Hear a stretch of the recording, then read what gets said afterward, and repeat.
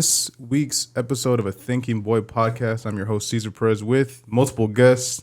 First to my right. Hi, I am Nicoles de Leon, VA. I am a voice actor coming out of Houston, Texas. And our other guest is... Donte J. I'm Donte J. out of Houston, Texas.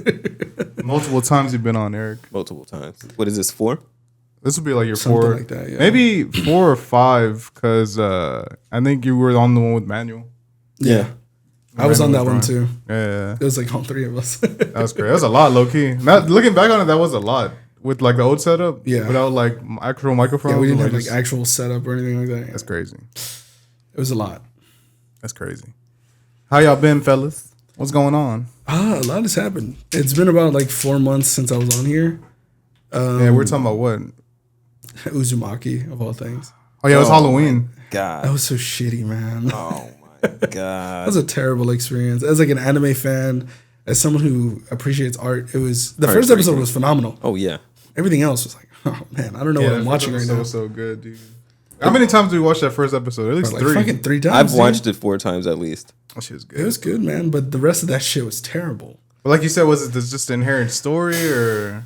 So I would say 1, story, weird pacing, animation getting worse. Like if it was pretty to look at the entire time, that would have held it up so much more. Yeah. I would agree with you. It was jarring how like the shit is dropped from Actually- like episode to episode. Like a different person. They were like, okay, we spent all of our money on this episode, and now we got to scrape up every intern possible to get these PNGs sliding just right. Yeah. When they were on the beach, That was bad. was And they bad, weren't sliding bro. right. They were moving like they were on fucking... what is that one shitty channel that's like... It's a cartoon before Ion Television. You remember my mom used to watch Criminal Minds on Ion Television?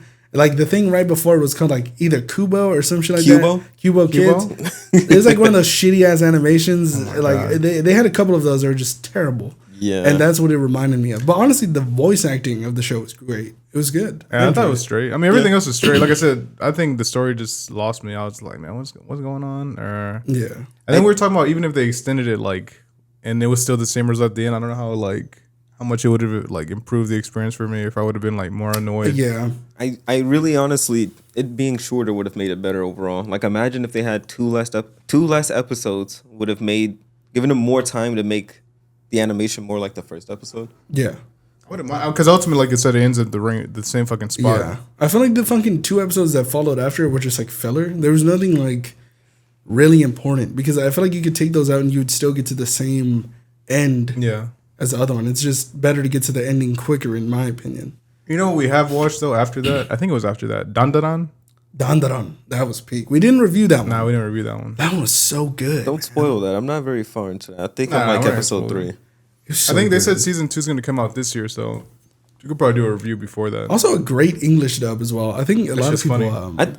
I really don't like the stereotype nowadays of English dubs being bad when they've been they've been consistently better yeah. for like years now. Yeah. It's not been. How do you feel about that as a voice actor, bro? You You listen to know- the old Dragon Ball Z shit and you're just kind of like... No, hell no. The old Dragon Ball Z shit is good. Here's the thing about voice acting and everything. Man, when you get into that community for the first time and you're like meeting everybody and hearing all their reads, you're like, man, this guy's really good. And then you compare it to the English dub of whatever anime or game you're watching, and you're like, dude, these guys are shit. We're all shit, mostly because we haven't had training. Yeah. But also because, like, dude, I've heard some of the worst voice acting in the voice acting Discord that I'm in. Mm. Bro, it's like the biggest voice acting in the world right now on Discord. Shit. Bro, there are so many people that are just terrible. But there are some people that are fucking phenomenal that I'm going to get on my next project. It's going to be great. Would you say it's hard to tell if you're a bad voice actor? No. You wouldn't say it's hard. I mean, like you yourself. Like, let's say I started voice acting. Oh, me? Yeah, like judging yourself versus like, because why else would you be in a Discord being a horrible voice actor unless you're just trying to get your skills up? But being a horrible voice actor unless you don't know you're bad. I will say, whenever it comes down to joining the Discord and like getting into it, the furthest that shit is gonna take you is like the basics. You're gonna get your reps in. You're gonna do this and that. You're gonna get behind the mic. But at the end of the day, after a while, you're gonna plateau. And the only way to get better is through like either a vocal routine and continuing to practice. And once you reach that plateau, you get a fucking actual teacher that's credible. But if you join the voice acting server and you're like already like not really good, you're gonna get good, and then from there we'll see where it goes. Yeah. But there's dudes that have been in there for like a year. They're doing nothing right now. See, that's what I'm talking about. How does that happen? Unless you just can't hear it yourself. Like, I can't imagine, because me, myself, I feel like I'd be hypercritical. I feel like I could do something well and still, me, myself, would think it was horrible. Mm-hmm. So it's just like, how do you go in there, you hop in the booth, you're like, oh, it's my turn now. And then you go back and listen to it and you're like, damn, I was really heating up in there, huh? Like, I cooked. It's, how do I explain it? You can tell when you have a shit read because it doesn't feel right. Yeah. Like, whenever you eventually get into it and you start doing it like so often, you're like, damn, that read was not shit. Or that read was shit and I just did not do my best. Because usually for me, whenever I like do submissions, whenever I submit lines for projects that I'm in, I'll do like 12 to 15 takes, like of each line before I get to like the actual one that I want to send in. And usually I'll have to send in like 3. That makes sense. But the people that are in there for the most part are just there to hang out. Like, well, a lot of Discords end up becoming that. Like, you can go in for a Discord that is specifically like, I played a bunch of Smash and it was like, oh, let me find one where everybody's kind of just in here being hyper competitive. Yeah. And then I'll have points where there's people who they're obviously in there just to fuck around or just to throw memes or just to do this, that, and the other. And it's like, that'd be me. Yeah, and it's like that would be me. It's like you're filling up the chat and people are out here looking for fights. What are you doing in here? If like, why did I leave the casual Smash? Why did I leave the casual Smash Discord to come to this one that is more hyper competitive just to see more of this? And it's like that's just what Discords end up being over time. Yeah, I can't stand it, man. I mean, like, people are able to do whatever the fuck they want to do. I'm not gonna say don't do this, don't do that. And plus, it's always my choice to like be there or not be there. So most of the time, I choose the latter, to not be there, because I got other shit to take care of. But I did host a competition in that voice acting server. Oh yeah, you were telling me about that, dude. That's how I found out like the talented people in there are there. They're just fucking hiding, bro. They're hiding and waiting for like they're waiting for the real shit to pop up, and that's whenever they obviously go to competitions. But it's hard to say because there's a lot of people in there that are just hopeless. Damn, what the fuck? Yeah, I will say there's one thing you guys have on me that I don't do. I'm never on Discord at all. I have an account. I don't even think I have the app anymore, bro. I'm rarely on. Bro, I use it. You used to be on though. Even then, I was rarely on. I was using it either for when I was helping out with a comic project, and I was using it to call. But like Discord was just like a phone call service almost, just on my computer. But just being in a bunch of servers, only time I could see that I was just using Discord would have been like for Smash. But it's usually just like the usual, like the way I use Discord is the same way I could use my phone. There's no, I'm not usually video calling. I'm not usually doing anything crazy. At no most, screen sharing or no shit like that. Yeah, and it's like if I am doing that, it'll be specifically like, oh, look how this guy killed me in Rivals. But like even then, it's like, yeah, I mean, but I don't like Discord servers. No, I use it for the projects that I'm in. They always have like a Discord that I have to be in. I think I'm in like 7 or 8 at this point. But see, that's what I have. I have a bunch of like projects that I've started with people and I just have like a bunch of those lined up, whether it was something for a game or something for like something I was writing. I still have a more bunch business of those. than it's not really like fun and shit. But I always thought it was like y'all fuck around, you throw me. Maybe the one we were in, the old one. Yeah, it's more like for a lot of people, it's like a hangout thing. Like they just want to call their friends. Yeah, like I know a lot of Discord. people. I know a lot of people in like the Middle East and stuff that like they have like limited amounts of like hours on the thing, so they can't call people, so they just use like Discord or like WhatsApp or Skype or whatever the fuck. R.I.P. Skype. Shit's dead. Oh, yeah. For real? Never mind. They don't use Skype then. Shit died. But yeah, usually they'll just use it as like a hangout thing, and that's completely fine. That's what the fuck it was used for gamers. It was like made for gamers and shit. So, like I said, I don't have a problem with it. What's the other one that Zoom? You don't use Zoom? I've never used Zoom at all. I'll use Not it once. for like if it's like a client that needs like to have like a live session and they want to do it through Zoom. That's the only time. But if they don't want to do it through Zoom, then I'm just like, okay. I'm just like, I've never used Zoom. I remember during the pandemic, that was a big thing. Zoom calls, Zoom classes. I never had to use it. Really. I never had to used use that it at during all. school. Yeah? Yeah. I never had to use Well, it. no, it wasn't Zoom. It was Google Teams of all things. That's all No, they are yeah. using? That's pretty funny. You ever put like Vaseline on your screen, bro, so they don't want to see you? No. Fuck. I think Petroleum jelly. people did that. That's crazy. I think to like cheat on a test, That's dumb. to put that on there, then they could like Google the answers or some shit. That's dumb, bro. I mean, hey, they did. I've seen videos where it works, but I don't know. That's crazy. I don't know. I graduated, so I guess I did something right. At the end of the day, I was just like, it's cool, whatever. It wasn't anything that like I was like too serious about. How was it? How was that shit though? When you were to have to take a test online, would they be looking at your screen or no? You have your camera on and shit. No, they never made me turn my camera on. At least I don't think they made anybody else turn their camera on either. Motherfuckers just cheating then, willy nilly then. Oh, Just yeah. googling shit. Dude, there were like days where I would wake up. I would Allegedly, imagine they take your shit away. That'd be crazy. I would wake up so late, bro.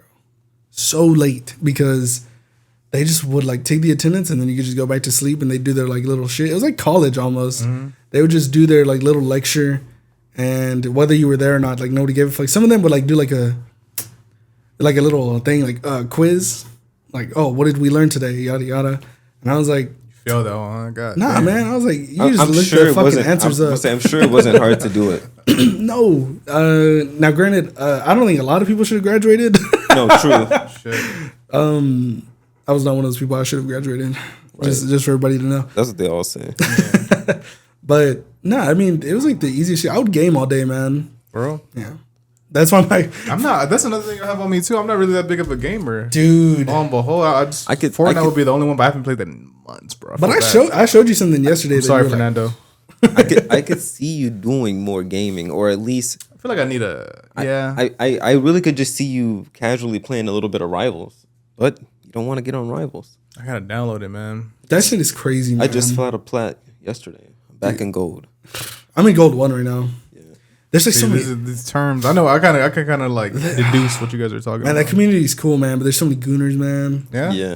Yeah. You saw that little twerk thing, the Venom twerk. Yeah. Oh, I've already completed the thing, so I'm already guaranteed to have it. I haven't played the game in like 2 or 3 weeks. Like when it's gonna drop, what, tomorrow or something? I'm already Catch up, nigga. already got it. Fuck you Dude, doing? I'm too busy playing Warframe, man. Oh yeah, he's on that Warframe shit. I want to say you can also play it on your phone now. Have you been doing I that? have not been doing that. Fuck that. I'm gonna get distracted at work. I'm gonna get fired. Like hell no. Playing just they just see twerking Venom on. Yeah, your is he shit. twerking Venom? No, not Marvel Rivals. Warframe. Oh, Nah, that community's funny, man. They're honestly one of like the most. Warframe. Yeah, they're one of the most like welcoming communities out there. Have Like, you played the game? Yeah. I played a little bit of Warframe on and off, but it reminds me kind of Destiny if it was a little bit like slipperier, like a little bit more slippery. the movement's definitely like, in my opinion, it's one of the best movement systems It's not bad. in like that like sci-fi that gaming category. sphere. Yeah, in that category, it's definitely one of the best. And in my opinion, like it's definitely for a certain taste. Like you can't go into that game thinking like, oh, I'm gonna do this, this, and this. It's a very grindy game. Yeah, no, it takes time. That's the Bro, only he told reason. me he had a fucking he had a mission that took him like 5 hours yesterday. Boy, It was like unskippable. You had to play through. I showed him the first 10 minutes of that quest. There was a warning that's like, yo, just to let you know, this may take up to several hours. Were you at the Cyberpunk thing, or what were you doing? No, I was doing the new war. So it came out about like 3 years ago. Dude, this quest is fucking insane. Like playing it was definitely worth it because at the end of the quest you get some dope ass shit. But man, just like Story or action or like gameplay? honestly, everything together was like great. The only thing I would say was like, this is for like people that have short. What is it, bro? Attention span? Yeah, short attention span. If like you don't have like a long attention span or whatever, you're gonna fucking want to die whenever you play the fucking drifter parts, because like there you're not playing as your Warframe. You're playing as like your character, the one that's in the Warframe, or not in the Warframe, but yeah, you know what the fuck I mean. The drifter, you're basically walking around shooting shit, doing this. You don't have any abilities because your powers got taken away. Boy, what is that like? What is that like? I mean, for me, it was fun. It felt like playing It felt like playing Metal Gear, honestly. What's to say? You're honestly kind of hooking me. Yeah. Making me want to play Warframe. Dude, it felt like playing Metal Gear whenever I played that quest. I was like, dude, this is fun as fuck. I will say the other thing is you should definitely prepare. Because I went in with like a level 1 railjack. I went in with like, which is like a big ass ship, by the way. I went in with a level 1 railjack. I went in with like level 1 Arcwing. I don't even think we used that shit. But, bro, on the railjack parts of the quest, I was getting my ass whooped. Left, right, and center. I could not pass this shit without dying like 5 times. God damn. And the only reason I passed after the 5th time is because if you kill enemies during like your segments, whenever you die and respawn, those enemies are dead and they're not coming back. So like they kind of give you some leeway. Not bad. So I was like, that's cool. The fact that they allowed you to like have some wiggle room between everything. Something you recently played, Spider-Man. Oh man. Oh, PS4. Yeah, he was playing the fuck out of it. Yeah. Great. Amazing. That's a really good game. Really good game. I 100%. I completed that, like even the DLC and 100%. Dude, the only thing I will say is that it's a little too easy. I played it on hard, so I don't know. I played that shit on the hardest difficulty, and that shit was like still pretty easy. But it's because you can spam the gadgets a lot. Yeah. Well, I was trying to play I got to a point where I was just trying to play very like stealthily, like almost never getting caught, like never letting a fight break out. Okay, that's very difficult to do. Yeah, I was doing that throughout the majority of the game. Yeah, because the stealth isn't like, it's not like Batman. It's not like the Batman games. It's almost Batman, but I don't know. It's so much harder because you don't have the cool ass gadgets that help you out. But your gadgets are more, let's get this crowd of enemies, but they're going to make noise. It's not like You're not Batman. You're not throwing like a smoke bomb that's going to be silent. That's going to hide you. You're shooting a fucking web that's going at like 50 miles per hour. It's going to send this big fat motherfucker to like the wall straight up. Yeah, and it's probably going to make noise to the guy standing right next to him. Like they're going to see him get webbed up and they're going to be like, oh shit, it's Spider-Man. It's like, God damn it, man. You know the signal above their head.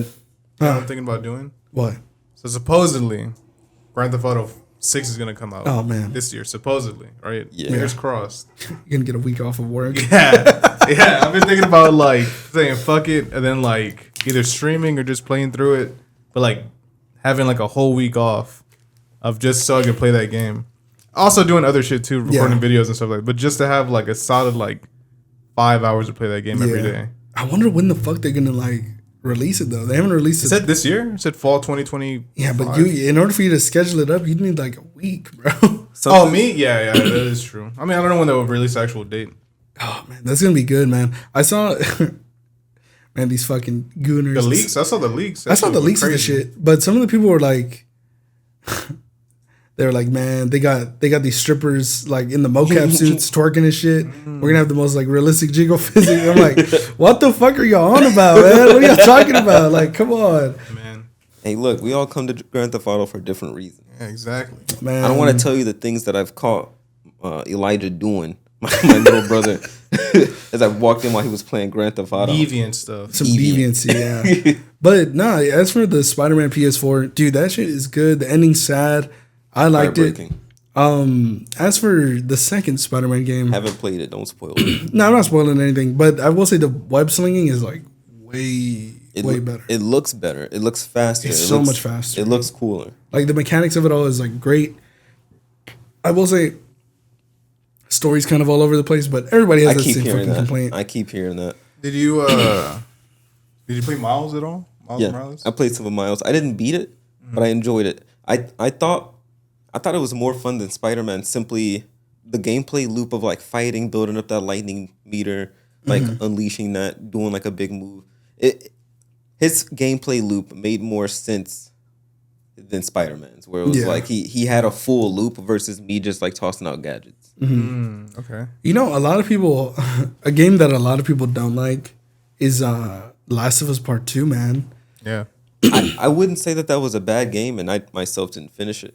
It was just like the story was jarring for a lot of people. Like, I know the entire story, even though I didn't play the game, but I can tell you that story should have probably been told linearly, as in the earliest parts that we saw, we should have played through those instead of them being flashbacks. Because I feel like the story would have unfolded better. Because then once you get towards the end, everything's happening with Joel. It all just makes sense. Versus the shit happens kind of near the beginning, and now you're having like these moments with Joel that we didn't get in the last game, and it was like, why didn't we just kind of pick up from that and then just toss us forward? How do you feel about that as a non-linear fucking guy? Because you hate that shit. I do hate non-linear shit, but I feel like it worked in The Last of Us 2 just because. How do I explain it? God damn, that shit was loud as fuck. I know. The mic picked that up. I heard. The thing about The Last of Us 2's like story, the way it's like placed up, is because Ellie is remembering these things as she's going along. You know what I mean? These aren't just flashbacks just to be flashbacks. Oh, no, these are like memories that she's getting along the way, and it's fueling the fire as to why she has to do this, as to why she has to kill this fucking girl who killed her. Spoiler alert, man! It's been fucking 7 years, man. True. You play that shit. I guess when I say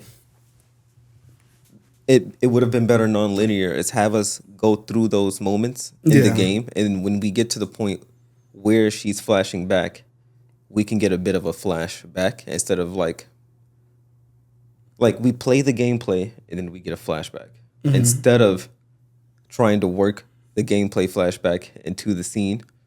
Because again, that was most people's issue, was like, why is the story told this way? Or why isn't it a little bit more linear? Or why did we have to kill this character at this time or this way? And it's just like, I honestly feel like a lot of these things could have been way more acceptable if we just placed them in better spots in the game. Yeah. Just have them. I see what you're saying. I will say, I feel like he probably should have died in the second one. Yeah, kind of. Him dying makes sense. It makes sense. People complaining about him dying, I was like, without him dying, there's like no... Yeah, there's no motivator. There's no reason. There's really nothing going on in the second game, honestly. Because they've established so much. The zombies aren't exactly the hugest issue anymore. Yeah. So it's like, that's not the drama. Yeah. And also for the people that were like, oh, Tommy should have died. No. Because look, by the end of the first game, Joel has his reason. Tommy instead of Joel? Yeah, a lot of people thought that should have happened. No. Maybe both of them dying, but even that I don't think is necessary. Yeah, a lot of people were like... Talking about kids, man. A lot of people were putting it into like a situation of like, if Tommy dies, Joel and Ellie are going to go on a rampage. But it's like, no. Because one, Joel doesn't want to lose Ellie. He's not going to put her in a situation like that. And two, if Ellie dies, bro, Joel's going to have no reason to do anything anymore. Yeah. He's going to be like closed off. He's going to be more depressed because not only did he lose his actual daughter, but he lost his surrogate daughter. Yeah. So now it's like... Well, yeah, we could have him go on a rampage, turn him into Kratos, I guess, but it's like, is that the story? Yeah, and is that the story we want from Joel? Yeah. When we just had the first game, like we don't need this story. We don't need this. We don't need these arcs. I liked the nuanced idea of The Last of Us 2. You see, that's what I appreciate it, and I feel like a lot of people were just like, oh, it was shit because, this person is like buff. It's this buff female that... Also, why do people linger on that? Why do people care about that shit? They lingered on that for a little bit too. It was getting real weird. Like, there was a point in my younger life where I was just a fucking idiot and I cared so much about stupid shit. But even about Abby being buff and this shit, I did not give a fuck about that. Only thing I would say is it felt like she was a little bit too buff for being in a zombie apocalypse in my head, where it was like, where are you getting the constant food to keep that body up? You didn't see in the like the wolf, like they live in the Seattle Superdome or whatever the fuck, I don't know what it's called, but they live in there. They grow their own food and this and that, and there's like more than enough food to go around for everybody. So it made sense once you piece it all together. I get you. I will say I don't like the people that have been for years just trashing on the game.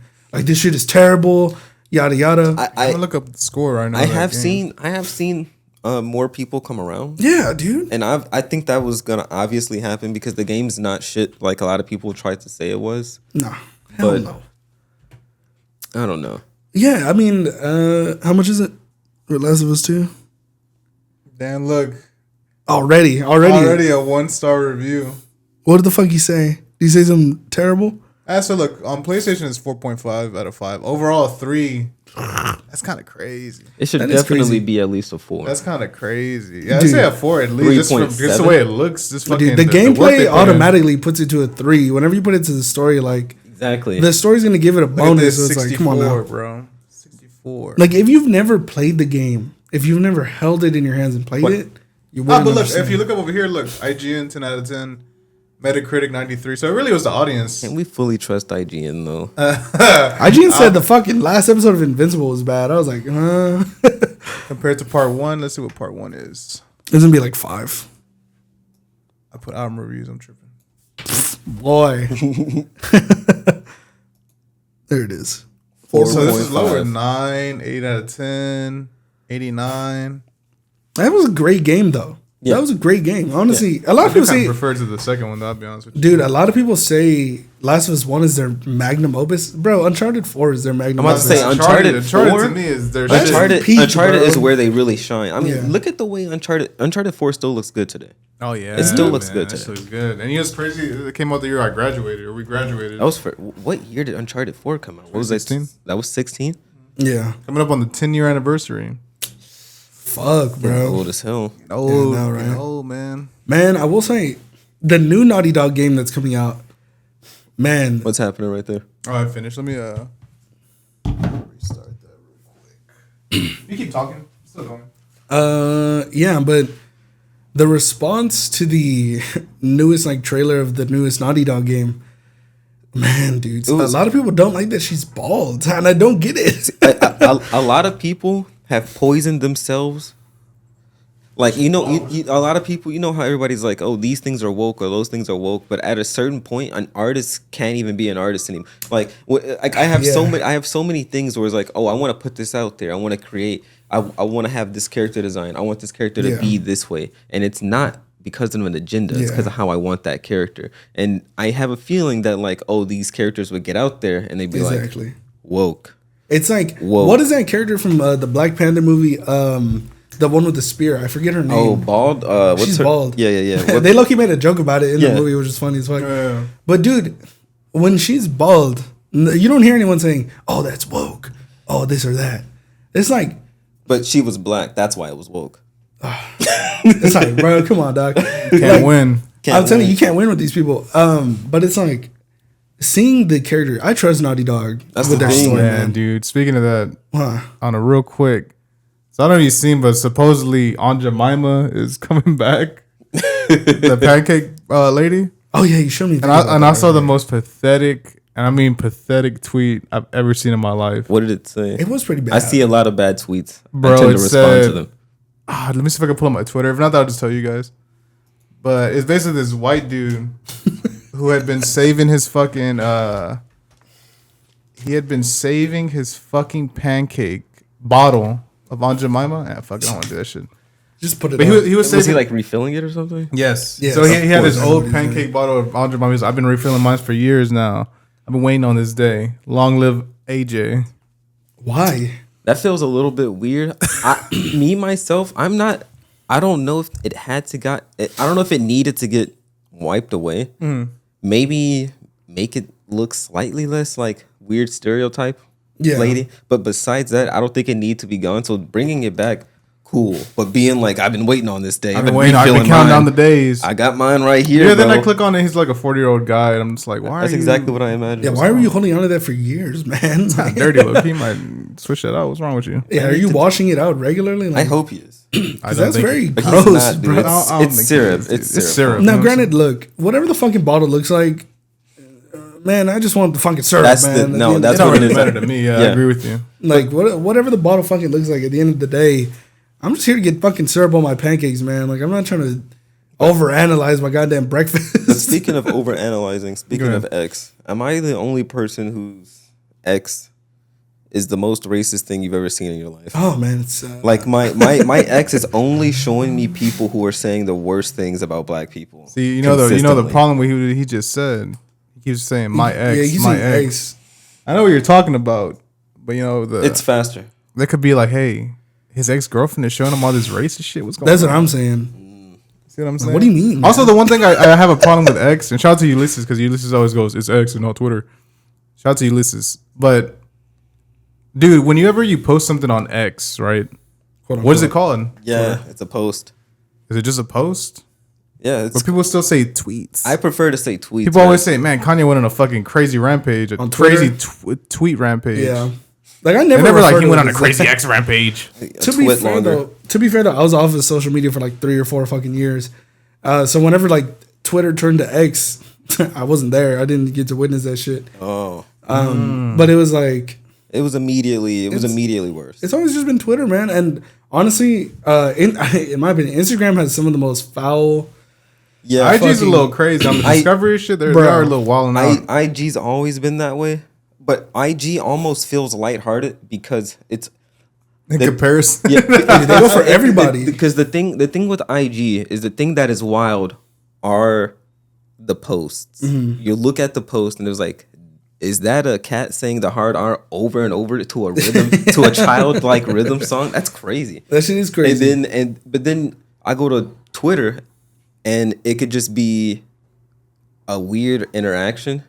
And now people are calling the person in the interaction the hard R. Yeah. And that's what feels worse to me. You know, no, Twitter's a hellhole. I fucking It hate is that pretty app. bad, bro. I debate sometimes like, should I just uninstall this motherfucker? I'm starting to do that, which means I'm probably gonna uninstall it because I don't typically debate uninstalling anything. Yeah. It's just the app feels poisonous. I hate algorithms trying their hardest to get you to like post or say something by baiting you with anger, and I'm just like, you've got all these fucking dorks on there who that's what it is. These just like like- blank accounts that are just like who just what? like have never talked to a woman in their life, who like hate people of color, who do all of this bullshit. Straight up fucking losers, man. Like- and Go ahead. they do the shit for like self fulfillment, and it's just like, bro, what are you on? Like, go what- fucking read a book or something, man. Because Jesus Christ, And they're everywhere, See, bro. this kind of self-fulfillment is the same thing as refilling the angel mama. Oh, exactly. You Yeah, need to just- you I need- saw it on there. Yeah, it's the same thing where it's like you're not self-fulfilling anything if the thing you're fulfilling sucks. Like if yourself sucks, what are you fulfilling that for? Like you should probably just be trying to make yourself a better person. yeah, you should just try and be a better person. But I feel don't like understand the people Aunt don't get that. Jemima shit either, man. It's just like, do you like someone comes over and you're just like, oh, you want to try? How do you? I imagine he has to bring it up, right? Yeah. Yeah, it's something he's proud of. And how often are you eating pancakes? It's a breakfast thing, so That's what I'm saying. The shit has to be fucking there for It wouldn't years. be impossible that he's eating pancakes at least once a month. That's then not just staring at that That's not an motherfucker? impossibility. Yeah. Just staring at the Aunt Jemima bottle, like, yeah, I'll never forget you, AJ. It's an emotional attachment. It's a fucking. It's so lame, bro. What the fuck is it? It's an heirloom at this point. Yeah. Because this shit has been around for years. But It's just so lame. I don't know about celebrating a victory. Like, I don't know what kind of victory that is. You feel me? It's like, what?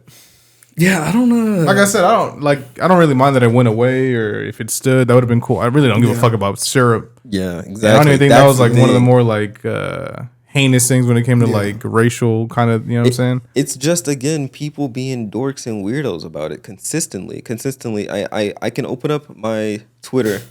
I can see like, oh, let's say there is a black person doing something incriminating. Somebody in the bottom is going to say Immediately. yeah, somebody in the bottom is going to say something yeah. racist and then continue to back up their racist thing like, oh yeah, and this makes it okay because I actually also have these statistics that you could also just Google to see that like 90% of them don't even be right. Yeah. Don't even be correct statistics or like genuine. And then it's just like, come on, dude.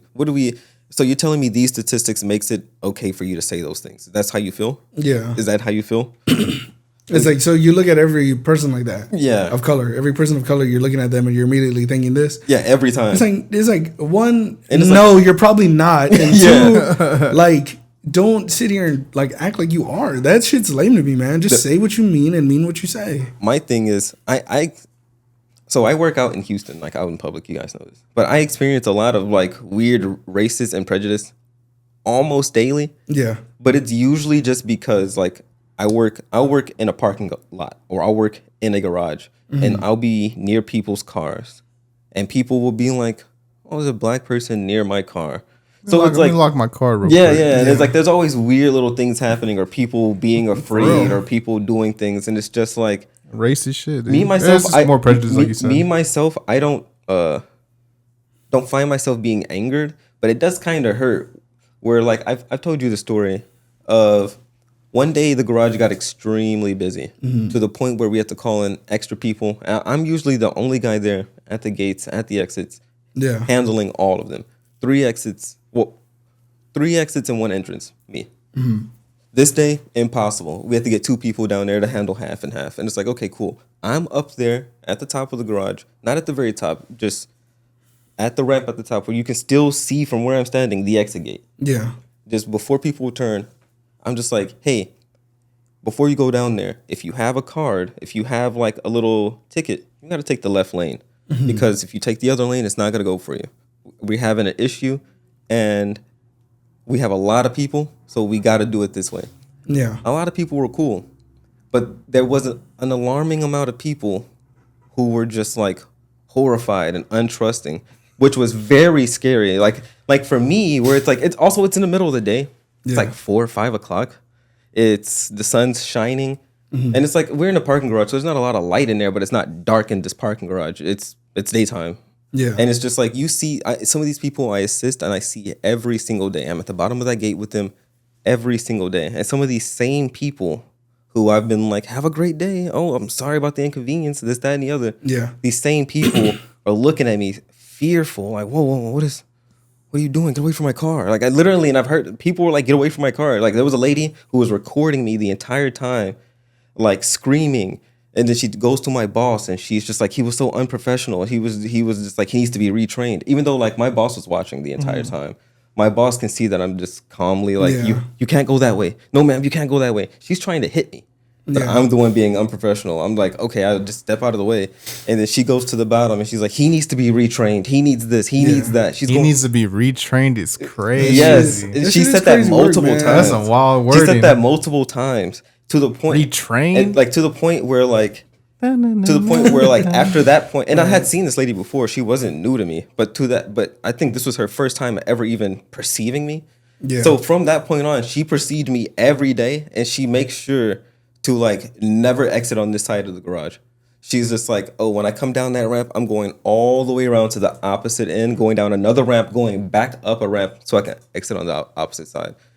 And she always makes sure to where like a quick glance. And I'm just like, ma'am, I don't have any beef with you. You hated me off. I was just like, go to the correct lane. I don't even know you. I don't know your name. Yeah.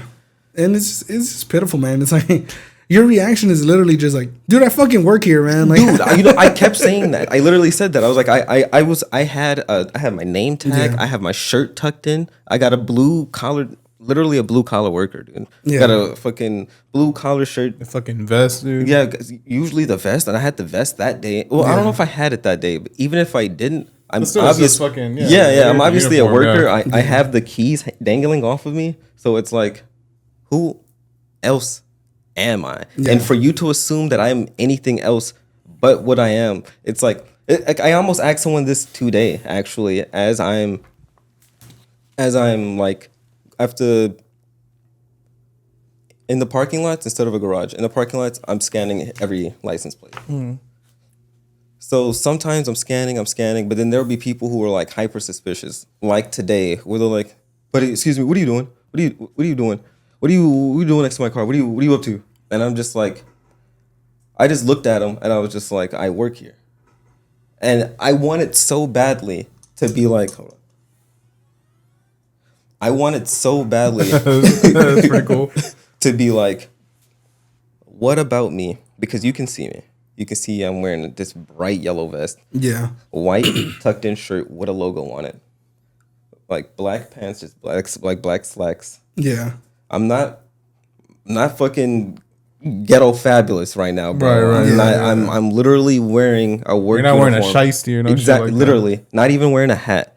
And I just like, I wanted so badly to be like, what about me made you feel like I didn't work here? Yeah. What about me made you, because if I feel like, and also I don't have to say I feel like, I know this is true for a fact. The people who work here who are not black don't have this issue. I'm not making this up. Yeah. In fact, the only people who warned me about this was the black guy who I was replacing. And the black guy who was there, who was like also helping me train, who was just like, oh yeah, you got to make sure you probably almost always have your vest on, or you probably shouldn't go. Like, make sure you have that vest on when you go out there, or you're gonna get complaints, or you're gonna hear a lot of complaints by the end of the day of people being like, "Oh, there was a man standing next to my car," even though like you're in uniform, even without the vest, I'm still in my uniform. The vest doesn't make a difference, but it's just like some people. Like I said, it's either. I like to say that racism is like a fucking mental illness because I'm just like, I don't understand it. No, same. I can't even comprehend it the majority of the time, man. Bruh, I'm like a normal guy. So whenever I see shit like that, I'm just like, why do you think that way? It doesn't make sense to me. I don't know, man. Yeah. I don't get like blaming, like laying down in bed and being like, just having that like seething anger as you're going I don't have that. I mean, as much as I dislike some white people, especially like white old men in power and shit like that. yeah. I'm not thinking about that before I go to bed, bro. I'm just not like. I'm not losing sleep over it. And it's not even usually specifically because the person's white. It's usually because the demographic you're talking about is typically racist. Mm-hmm. Yeah. Also, like the system of the whole, as a whole, the whole white supremacy shit. It's like, but it's not about them being white. For the most part, it's just like, it's more the fucking. That's you're part of the system. That's what you are, and you're also benefiting from it. It's also one like your voice crack. You're trying to like put yourself in an even higher position than you already are. Yeah. Like whenever it's like certain politicians and shit like that, it's like we know what you're doing, man. Like we fucking see what you're doing, and the only reason you're allowed to do this is because the people on your side are like, I'm gonna be there one day. I hate to break it to you, kid. You're not gonna be there one day. Like, no disrespect. It's completely cool to live off a fucking like $200,000 salary and just be a normal bloke and just fucking live and exist. But that's one of the things that America like kind of ingrains into you is one that like you gotta work hard and become a millionaire. Like that's one of the things where it's like you have to be this. You pull yourself up by those bootstraps. You can't be wealthy. Pull yourself up. Come on, man. Yeah, you can't be wealthy out here. You need to work hard, and you need to so you can become a millionaire. It's not about like, oh, I want to have the things I need and the things I want at our arm's reach. Really, no. I need to be able to do any and every. I need to be able to go to space at a moment's notice. That's how rich I am. I need fuck you money, and it's just like nobody needs that. No. Like if I remember correctly. $1 billion is enough money to wrap around Earth twice. God damn, that's nuts. For real? Yeah. That's a lot of fucking money, man, if that's real. Yeah. I mean, like, I could be wrong. We could Google it. I was going to say, have you ever seen that SNL sketch? Sketch. My Browns coming out, bro. Fucking. You read that SNL sketch? But the SNL sketch where it's like it's Paul Rudd. It's funny as fuck, bro. It's Paul Rudd and he's on like it's like some kind of like Who Wants to Be a Millionaire kind of game. Mm-hmm. And then the dude from Kenan and Kel is like one of the people. So he's just like, he's like, all right, Paul. He's like, we're gonna give you like, it's guess that name. Yeah. Or what's that name or some shit like that. He's like, who starred in 1999's Titanic or 1997's Titanic? Who's the lead male star? And he's like, oh, Leonardo DiCaprio. He's like, congratulations, you got yourself $10,000. He's like, all right, Paul, for the big million, we brought in a special guest, and it's Kel or it's Kenan from fucking Kenan and Kel. He's like, what's going on, man? He's like, I'm your doorman. Been your doorman for 10 years. What's my name? What's my name? I knew it. I know. I've seen. And he's just like, oh man, is it Tyrone? Is it? And he's just like, he just says shit. He's just like, nope. Yeah, it's like, no, that's not it at all. He's like, I seen your family last week. He's like, you gave me a turkey. I gave you a turkey for Christmas. They're like, oh, I opened the door for you every day. What's my name? Man, this shit's wild. It's like, fuck. Dude. Yeah, I mean, man, it's hard to say. I think, man, off of like $1 million, you could probably survive. Yeah. Everybody could fucking be well off with the $1 million. I don't really think there's a single person who should be claiming they can't get by with $1 million. Like your lifestyle shouldn't be so lavish. So does it go back to the 12 commandments, bro? Greed. It is greed. Oh, dude. There's no. I mean, that's hilarious, man. There's no other reason. I mean, because that's the only thing. Money is the only thing in the world that we're cool with people hoarding. Yeah. If you replace that like the conscious is like the default. No, I understand. Yeah. Like everybody's but okay with that shit. Think about anything else where if like Elon Musk said, I had 1 billion of this, I almost have 1 trillion of this, and he was just like Hot Wheels. I have a billion Hot Wheels. I have a billion Hot Wheels. I have a billion like, bro. And it's just like we would all be we would be like, there's not even a billion Hot Wheels on the world right now. Yeah. You're lying. There's no way. There's no way. But we're all just perfectly fine with like that man got $1 billion. A billion Q-tips. I feel like no person should have over $50 million. $50 million, your bank account should be like, that's enough. $1 billion bottles of baby oil. It all goes back to Diddy, bro. Nah, but the thing is, like, how do I explain it? I only have 1,000 of those, though. God damn. Wasn't it more than 1,000? Didn't they find more? It's something like that. I think it was 1,000 bottles. But that's a lot. I'm so thankful. And it had drugs in it. Oh, yeah, it was that laced. shit is crazy as fuck. It's like laced oil. Don't rub yourself like that. I will say the funny thing that you brought up was like greed. Because the more I think about it, it's like these Republicans typically are Christian. Mm-hmm. Like usually Christian white men. I voted for God. I voted for God, man. Nah. And it's just like here, bro. You voted for like a middle age or past middle age, damn near like 80 years old, 81 years old. Old as fucking dirt. Cheeto puff. But here's the thing: you say like you're a Christian or whatever, who has like no religious values at all. Yeah, you have like no religious values at all. It's like, what, bro? No, you sit here and say this, but like greed, you want all these people to like maintain their money and keep their money instead of give. It's like, is that what your God wants? Is that what he would want? Like, I think speaking on that, I think most people, a lot of these, especially the I say MAGA, no? Like yeah, more MAGA people. I believe there are some decent Republicans that are like, but I feel like a lot of these guys would hate Jesus. Like let's say let's say he came back. Mm-hmm. It was no fanfare. Like nobody fucking knew. He just came back. And he came back a couple years ago and he's been going through talking to these people. Hair looking wavy. Mm-hmm. He's an accurate Jesus. He looks like Jesus. He looks like whatever Jesus looked like. Mm-hmm. He's not just some white guy. He's from like the Middle East. Yeah. Just placed here. Yeah. And like this guy's going to people's door trying to spread the word or whatever. Yeah. These guys would hate that. These guys would hate that fucking guy. Because these guys like love thy neighbor. They don't.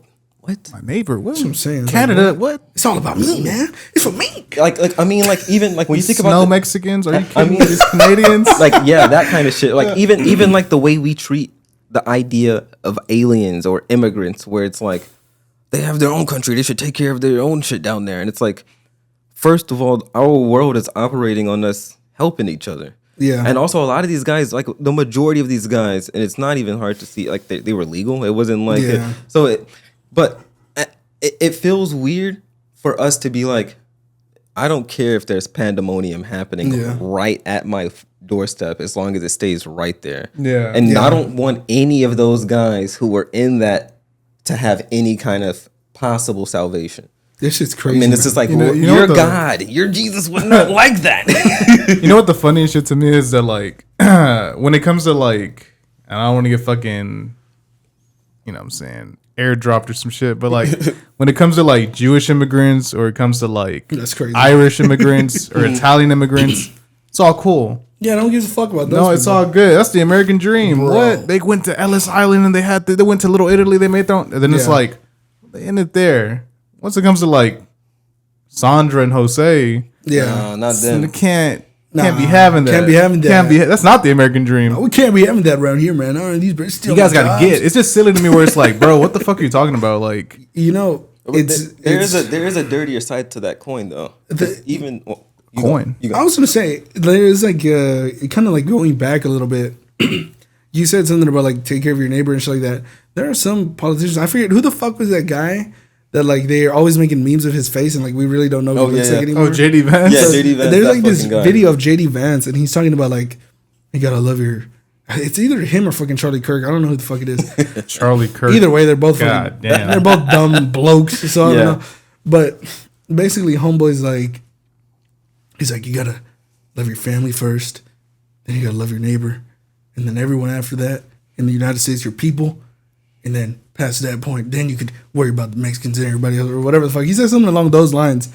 I don't even remember what the exact quote was, but it's like, first of all, Jesus, you're like he's talking about the Bible. He said that it says that in the Bible, and it's like, first of all, fool, Jesus like was just like, look, either you're with me or you're not. Like, I don't fucking care if you're not. Like, the people that are with me, those are my brothers and sisters, and that's the end all be all. So, like, first of all, you got your whole fucking Bible wrong. Like, I watched a video of a priest debunking this motherfucker's every point.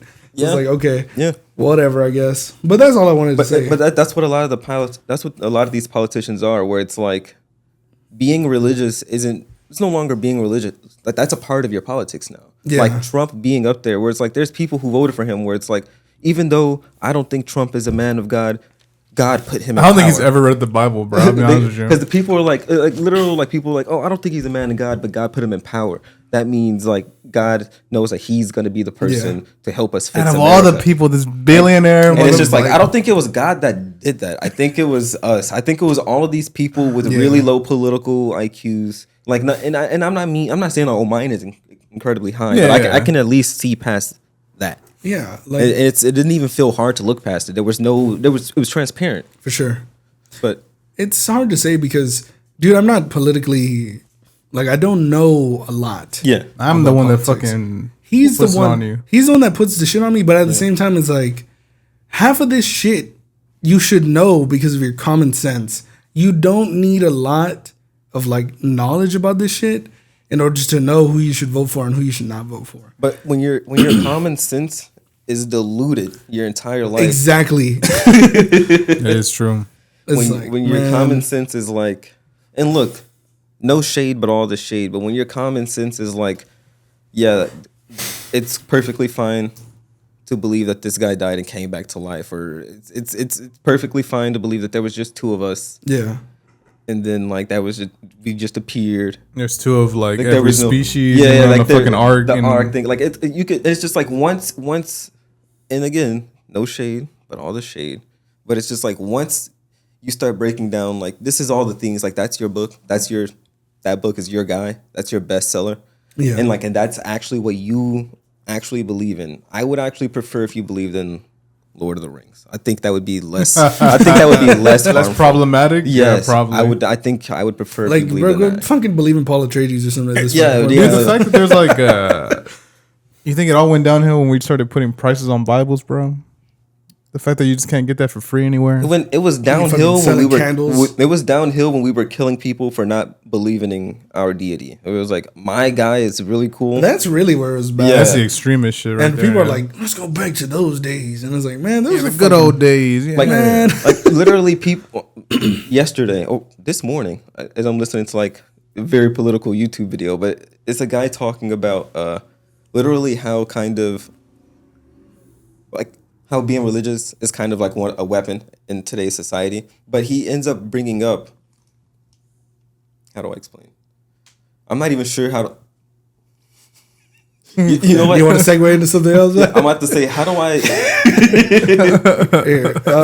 Okay, honestly, what was like the beginning of your thought? What do you mean? Like you were watching a political video and you were just like, So, wait, I've lost it. Fuck. Okay, hold on. Let's go into another segment. I'll bring it back. Keep Yeah, going. You think about your segment, and I'll just like hopefully transition into this pretty smoothly. But man, there are some people out there that are like, "Oh yeah, I voted for this person, but man, I feel bad for those immigrants." No, you don't, man. You don't. Like, bro, my tia did that shit. People are just fucking idiots. My tia did that shit, and I'm just like, I was thinking about it, and I'm just like, dude, you're a fucking idiot. Yeah. I was like, man, I don't mean. And it sucks, bro, because like you said, it's people you care about, but at the end of the day, it's like, nah, bro. Yeah, like I can't. I gotta keep it straight. Like I gotta be real about it. It's just you made a very dumb fucking decision. Yeah, something very bad. Like it's very dumb. And whether you want to attribute to like, oh, he's a good businessman or whatever the fuck these dumbass reasons, which is not true. Exactly. It's just like you made a very very bad decision. Yeah, and it's gonna impact a lot of fucking people. So it's like, dude, I don't have any sympathy for you, bro. Like if you feel bad, like now, or you're feeling regretful, I don't feel bad for you, man. Yeah. You should feel bad. Mm-hmm. You made a mistake. You know what else it is, bro? It's whenever it's whenever like, how do I explain it? People are like, oh, he's gonna do this, he's gonna save the country and yada yada, and everything's gonna get cheaper, and it's like, the tax plan that we're under that came on Biden's term Bro, that's his tax plan. That's what I was saying. Yeah. It was scheduled to land on his term. Don't you get it? It was all a setup. Like, that's what I'm saying. He stuck his dick in your mouth and you thanked him for it. That's basically what happened. I mean, like, this is what I was trying to tell people when I was sending them before, when Project 2025 first, like, leaked or whatever, and people were like, this is going to be his plan. Nothing in here is good. I was sending videos to people being like, hey, nothing in here is good. This is all bad. This tariffs idea, none of this is good. This is all bad. And then when people were like, yeah, that is actually, some of this is really stupid. Trump was like, that's not my plan. I would never do. What are you guys talking about? What are you talking about? Yeah. He gets into office and he does all the things. He does exactly what the fuck he's planning to do. Man, it's just like, bro. Yeah, and y'all are sitting here like the fucking surprised cat emoji with your mouth wide open. It's like, oh, yeah. Like, there was a point where we were trying to do the it was like the anti-gas thing where it was like, oh, don't let gas be like anti-competitive gas kind of thing, where it was essentially to let prices kind of cap. That way they can't skyrocket. This would allow gas to kind of be at a, I guess, safe spot. Yeah. And this bill's getting passed. And the person who was like, we're not going to pass this bill, one of the people who put their name on that, let's not pass that side? Yeah. Trump. So then, like, why do you think when he would get in office, would he be like, I'm going to actually make the gas lower? When he had the chance to do that and he was like, I'm actually going to fight against this. I'm fighting against it. And he won. So it's just like, why did you think he was going to do that? Look, to all the Republicans, to all the MAGA people that want to... It's really the MAGA people there. Yeah, to all the MAGA people that have his dick deep down your throats, do your research. That's all it takes. Do your research, study the shit, and don't just use blanket statements that you get from Fox News because you think you're fucking cool or you're some like fucking, you're supporting some messiah. Like, bro, no. He doesn't give a fuck about you. He cares about his homeboy Elon Musk and his other fucking loser friends. I don't even think he likes him. Yeah, I don't even think he likes him. I don't even think he likes him, honestly. At this point. I think he likes his money. Yeah, I think he likes his money. That's really the main thing. Reserve the camera. Go ahead. I keep going. But at the end of the day, if you just keep following this person without doing your research, he's going to keep leading us into the fucking ground. He keeps doing it. You're just going to be a puppet who works every day of your life, going in and out of the workplace, and all you know is work. All you know is this. All you know is that. Kind of like the show that we're talking about, Severance. It's a great conversation to get into. I was about to say, we've been on this shit for a minute. We should probably get into it. When you started saying the work thing, I was like, I feel like I should do the severance thing. Yeah, so the real reason why I called you guys upon this. Severance starts. No, whatever Homeless is, yeah. Man. Because it's Severance. I did my season 2 review. It's great. I appreciate that. I kind of gave my thoughts on it. So I kind of wanted to get your opinion on it. One, Eric, you introduced me to the show. I introduced Nick to the show. So how did you hear about the show? And also, you had to deal with that long ass hiatus. That was crazy. I don't fully remember. I just know that when the show was airing, like when it was originally airing before it was over, somebody ended up bringing it up on like maybe Twitter or something, and I was like, I guess that sounds interesting. Let me see what that's like. I watched the first episode, out of my mind. Let's just say I was out of my mind. Okay. Inebriated. And I was wild. I was floored. I immediately like I continued watching, but the next day I went back and watched the episodes again, like just normal.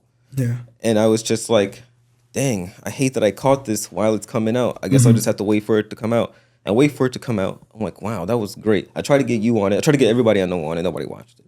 Nobody watched it at all. And then and then as I'm like riding this high, I'm just like, dude, this show is awesome. What is going on? Why is no one really talking about this? Silence. This show is gone. Yeah. It's like the occasional, they're filming some stuff. And the season 2 is happening. And it's like, when is this? It's been so long. Years, especially after that cliffhanger, dude. Yeah, it's like, there's no way. Like, okay, let me put it this way. Caesar could see I was visibly jealous as we were watching, as we went from the season finale of the last episode to the next one. I was immediately like, wait a second. I had to wait years. You're like, you bitch. I had to wait. I had to wait a cool 30 seconds. Yeah, before each most. episode. I had to wait a good like a hot like 45 seconds. Yeah. Before like clicking on. I had it even better than that. I fucking dude, you watched. Yeah, you were able to like catch up. I think there's only like 2 episodes before I didn't catch up, and I was like, okay. You started it and finished it within a month. Basically. 3 episodes. It was 3. 4 now. It was like the one before the Cobell, then the last 2. Because I think it was the last episode that I watched was like Chikai Bardo, I think. Unless that one came out that week, but I'm not sure. I think you watched that with me, bro. I think you watched it when that came out. Oh, yeah. Now that I think about it, the more I think about it. But man. That's a crazy episode to watch. Man, that fucking show is good. Yeah. Oh, man. It's good. Something I'm not liking, and I knew the sentiment was going to be there. People hating on the Cobell episode. What is going on? First of all, the episode was shot great. I loved seeing... Directing-wise, it was really good. I loved seeing this shitty port town and all these fucking ether crackheads fucking... Yeah. Huffing shit. Huffing, bro. This is crazy. And I get it. It was a little bit jarring because we just got off of a fun... We got a phenomenal episode. We literally just saw like probably the best episode of the best series. Show, not even the show, the series. Yeah. It's like that. That's going to be a part of history. That's a part of history. Yeah. That's a very the season finale. That might win an Oscar, low key, or not an Oscar, an Emmy. Yeah, this show's gonna get something. What the directing, the cinematography? What are we talking about? That's the other thing. Like, this is the show that I'm hearing the most about. I'm not hearing shit about any other shows, but Severance is like really the one that's been just popping off. Yeah, like this year. Yeah, it deserves it. Yeah, honestly, it deserves it. Like, I just can't think of anything else this year that's happened, and I'm just like, man. But that fucking season 2 finale had me feeling a type of way. Initially. I know. Yeah. Well, to set it up, let me set the scene real quick. Here we go. Let me set the table. Set the scene, man. I almost felt like I was in a fucking Severance episode, bro. Because we're going to do a watch party, Eric and Elizabeth. Shout out to Elizabeth. My wife. We're like, yo, let's all watch it together. But it was so hard because, like, he works late, she works late. Yeah. So I was like, fuck, I don't know how we're going to, like, navigate this. So I'm fucking hauling ass over there to get Elizabeth. I think, I don't want to give her location, but we're, like, a little farther away. I'm calling Eric constantly. I'm like, yo, where you at? And he's just like, I'm on the way. He's like, I'm going to head straight to your place. I'm like, all right, bet. So we're fucking playing, like, rat race to get over there. We get here, and then the episode is the episode, and it's just like, what the fuck? And then we totally, I said in the review, we totally, like, negated the plan of, like, all right, as soon as it's over, Nick's like, I'm gonna go to sleep, and then I was like, I'll drop them off. But like, we ended up being up for like another hour. We had to talk about it. Emotions were high, man. Yeah, we all felt some kind of, I woke up feeling some kind of way. We immediately were texting each other that morning, arguing over what happened. I was at work and be like, oh shit, I was like missing all the texts, trying to like catch up on them. Emotions were very high the first couple of days, but now that I've had like what, a week or two, like a week and a half to think about it. Yeah, like I feel like I've gotten my thoughts. I want to hear what you think. You weren't alone though. No, a lot of people felt that way. You weren't alone. But now that I have like the sense of clarity, I'm like, y'all are wrong. I was wrong. Like, I was wrong initially. But go back to it. How you felt. So basically, I was like looking at it from the perspective of the Audi mark, and I wasn't looking at it like in its entirety of what it is, because I felt like to say that they're that the innies are not people is like, because that's what I was saying, that the innies are not people, and that the Audis are that, like, what's it called, they are people. Either way you go, I feel like it's very surface level to what the story is telling you. Exactly.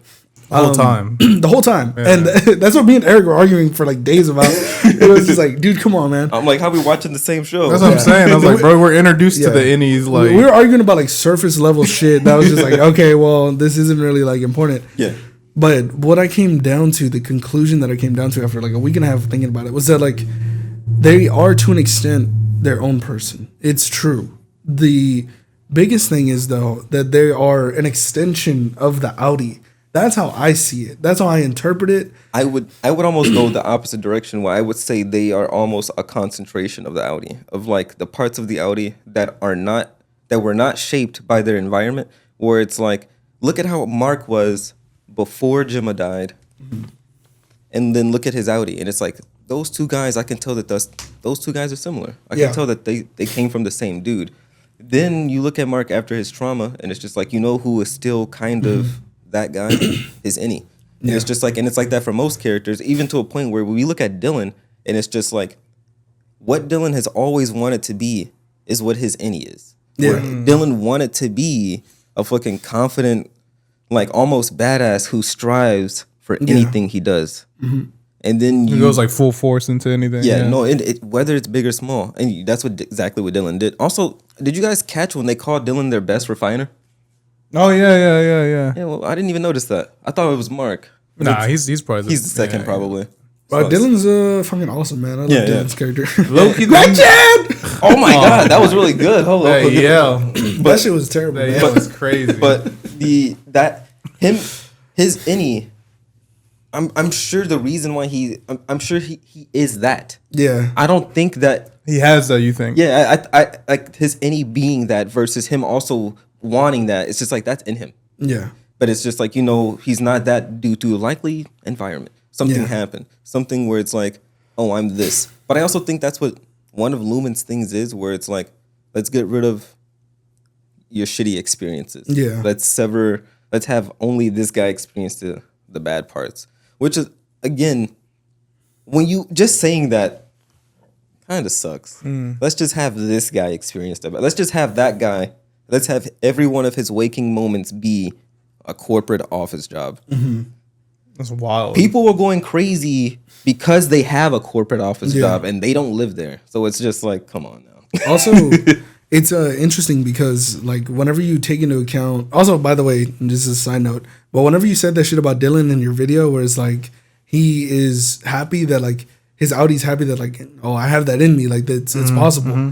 Like that shit, whenever you said that immediately at work, I was like, yes. I was like, that's exactly how I felt towards like his whole speech.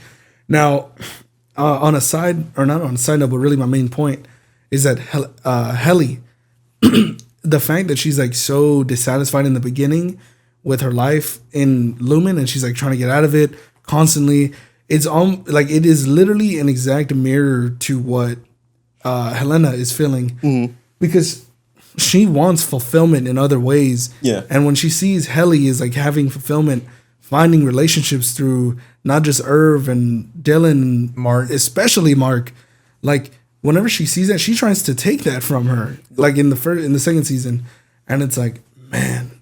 The worst part of that, and the worst part of like after seeing the entire show and like looking back, having the hindsight of knowing, of like her father being like, she was so much like Kier, and I see so much Kier in you, Helly, which just means she was that. And you took that out of her. You beat her into submission, and now you hate who she is, and she hates you, and she hates this, and it's like, you guys suck. Yeah, you put her through this environment, and now she's a product of what you made her. Damn, real quick, y'all. Do y'all think? Because I imagine her going undercover. What do you think that was? You think that was Helena's suggestion, or you think that was Helena's intention? Bro? I could see it both ways. I could see a story where Helena is like... Helena approaches them and is like, hey. Because I think her doing that is the reason why Homeboy at the end is like, I used to see Kier, but now I don't, or some shit like that. The motherfucker is... I think him knowing that information and realizing that she almost fucking died again because Helly tried to kill her. Spoiler.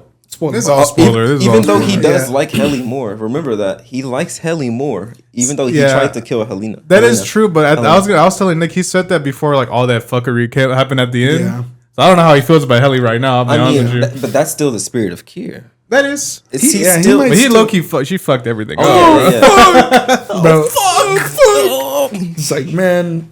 The first emotion we see this guy that's not fucking him like shitting his pants. Bro, that shit was funny. Mitch McConnell style. Because we were like, motherfucker forgetting his thought. But it was like, whenever he came on screen, Caesar started doing like a Joe Biden impression. my Helly. He was like, my Helly. Man, he did kind of look like Joe. He looks like that meme that I told you about.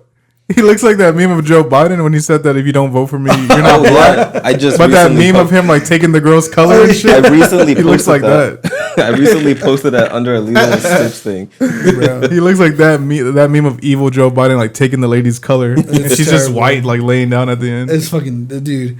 Foaming at the mouth. Honestly, like I will say, the Chikai Bardo is probably the best like episode of the entire series. I agree But with you. Yeah, the best very good. scene in the entire series, in my opinion, that hit me the hardest was when Mark reunites with Gemma, and they're just like, they're like so happy to see each other. Like, bro, that shit hit me emotionally. I was like, man, this is crazy. We had been waiting on it since since like halfway through season 1. After you realize Fine Jazz. Yep. After you realize, oh, Miss Casey is that guy's wife. Oh, Wait a man. second. The way they revealed that too, my wife was extraordinary. You know what's funny, bro? It's peak. I don't know if it's because I was like trying to catch up, but I didn't even put 2 and 2 together. I was like, oh, okay, that was his wife. I didn't notice. I honestly didn't even realize that was Miss Casey until like she's alive type shit. She's alive. Funny. That's funny. I think I was just like trying to get through it. Dude, as soon as I saw the photo of her, I was like, what the fuck? I was like, it's the same lady. Nah, bro. I was just like, I don't know what it was. I was literally just like, oh, that's his wife. Okay. No, I do that sometimes. I can be very face blind. Oh man, that's so like that also, she looked a little different than the way she like normally would look. Well, it's also Casey with the bob and shit. The way they do the camera. Oh yeah. Yeah, like she looks so happy, and like in the Lumen Industries thing, she looks so sad all the time. But I will say, I think the reason why part of me was like, fuck, I was like, because the Audi was about to leave the room, and then she's just standing there, and Mark's like, you can come with me. Yeah. Like, he's seeing his wife, and he's like, come with me. Yada yada. Probably would have dragged her ass. But she was holding that crib thing. What if she swung on your ass? That's the thing. No, I think he like. I think by that point it. she like dropped. She did drop it. Yeah. But she's like hesitant because this isn't her actual self. And then as soon as she crosses that path and she turns back, just seeing the emotions, man. Adam Scott is fucking phenomenal. Bro. Yes. Adam Scott is like, I did not know he had that in him, bro. If you're watching this, shout out, because goddamn, you surprised me. I mean, I love Parks and Rec. I mean, like, but it's like, holy shit, this is next level type stuff. Man, it was Ben fucking Stiller. peak, bro. Ben Stiller too, bro. What the fuck? You know what's funny? I've never actually been a huge Ben Stiller guy, except for like Tropic Thunder and shit. Tropic Thunder, Zoolander. Zoolander. I'm trying to meet the fuckers. Yeah. But like, bro, you had this in you, especially like the creator as well. But like, still like, damn, that's kind of crazy. You directing these hoes? Like, you directed the finale. That's nuts, bro. I feel like a lot of comedy people can probably write really good stuff. I mean, I feel kind of the same way about like Gambino or yeah. What's the other? That's true. I had another guy, but Adam Sandler when he's playing like a serious character. Yeah, I mean, Yeah. usually comedic Depressing. people have like they have to have the yin and yang, bro. They have to have both. the guy from the Key and Peele guy, like Jordan Peele. Yeah. Also, Homeboy from that movie you're always trying to get me to watch, Eternal Sunshine of the Spotless Mind. Jim Carrey. Yeah. Jim Carrey. And you watched that, dude? Yeah, man. But I'm not even talking about just being able to portray like a more emotional side. I mean, being able to write it, being able to produce something, being able to just get that out there. Words to you would expect Ben Stiller's thing to probably have been closer to Meet the Fockers or Zoolander. But the way he sets everything up, everything is intentional, and that's what I love the most about it. It somewhat gave me vibes of what's that director? Wes Anderson. It almost gives me the way I think he's from Houston. Who? Wes Anderson? I did not know that if that's true. I think he's either. I know he's definitely like a Texas boy. I'm pretty sure. Is he? I'm pretty sure he's from Houston, bro. Because I know he shot Rushmore here. I'm thinking of a different guy. Let's see. Houston, Texas, baby. Damn, I did not know that. Hell What yeah. other stuff has he made? He made what was it, bro? The Fox. Oh, Fantastic yeah. Mr. Fox. Oh yeah, that's where I know his name from. I just like the way his stuff is shot. I like the very flat. Yeah, like the Grand Budapest Hotel. All these are good, really, honestly. I like the Royal Tenenbaums. That's one of my favorites. It's like Wes Anderson's work is like you can look at it and almost immediately know. Mm-hmm. Yeah, everything's like what do you say, symmetrical. Everything's like very like everything's usually flat, if not flat, symmetrical, or like a shot. If a shot is broken up, it's specifically broken up for a reason. Like we've seen a bunch of guys call this out in Severance, but it's just like the fact that a lot of Severance has half of the screen covered or black, or a lot of shots will linger on like half of the screen being covered before getting off of it, and it's like we understand what's happening, the Severance, but it's just like that it's intentional. Yeah, I want to see that. Even this shit with Milchick in the elevator where it crosses the line. Yeah, exactly, like stuff like that. Where I like the visual storytelling, and I think that's something that we should be leaning into more. Yeah. It's like when we were remember the conversation we were having about the transitions from Kingsman. Oh yeah. Kingsman. I was thinking like in terms of TV, Breaking Bad. I haven't seen no shit like that since Breaking Bad, where it turns like the way they're directing is very intentional. There's no like they're not doing this just like, oh, it's a cool shot. There's very, very like there's purpose to it. One thing that stood out to me with the Kingsman movies was how much fun and almost over the top these transitions were. Where we come down to a whiskey bottle, and then like the silhouette of the whiskey bottle transitions to the silhouette of a whiskey factory. Mm-hmm. And it's like, oh, it's fucking nuts. That was cool. Or like there's a shot I've seen a bunch on like Twitter or whatever, where some guy ends up spilling cocaine on like a table, and then like I think there's a little bit of blood splattered on the cocaine, but then the camera keeps tracking the cocaine, and the blood turns into the ground, and the cocaine is the snow, and then people start walking across the cocaine, and it transitions into like a snowy scene. Oh, damn. And I was like, oh, that's hard as fuck. Yeah, but yeah, I will say the best thing about Severance is that everything is intentional. Yeah. Like everything is done with purpose. There's no missteps. There have been a couple plot holes. There aren't any that come to mind right now, but there have been like a couple of things where it's like we've lingered on it, being like, "What is this?" Yeah, like Helly or that's a good still answer. Yeah, I wouldn't really call it plot hole. It's more of like, will we ever get an answer to it? If not, I'll be kind of like the man in the hallway in that one in the first episode of season 1. Also, season 2 or season 2. My bad. Also, that could have been one of the copies though. Maybe. Also, at the end of the like first episode, I was rewatching it, and it always made me think like Mark almost hits Helena. Oh yeah, whenever she's coming out, and it's like usually like it's portrayed as if like she's chauffeured around and this and that. Now maybe it's just because it was her first day or whatever, but like she has her own car and this and that, and it's just like it's odd to me because even whenever she's like coming out of the break room, she like still has to like drive herself home. I think they purposely don't have her be chauffeured because I think remember when they're all exited like staggered 5 to 15 minutes or something like that. So it's like it would look suspicious if there was like you went out before Helly and it's just like why is there a chauffeur here? It makes sense. I mean, granted, she wouldn't know. They wouldn't know. Yeah, they wouldn't know, but you would still be like. You would see it as you're leaving, like, oh, there's somebody important. Yeah, I could see, especially like, because they kind of made it seem unless I'm tripping. Don't they live like really close to the fucking? They don't seem to live far. They don't. They live pretty fucking close. Always something like she lives in there or something because it's like behind it. No, it's by the water. They live behind the water tower that we see in the last episode because we keep getting this shot of the water tower and then Lumen, and then we got a shot of the water tower.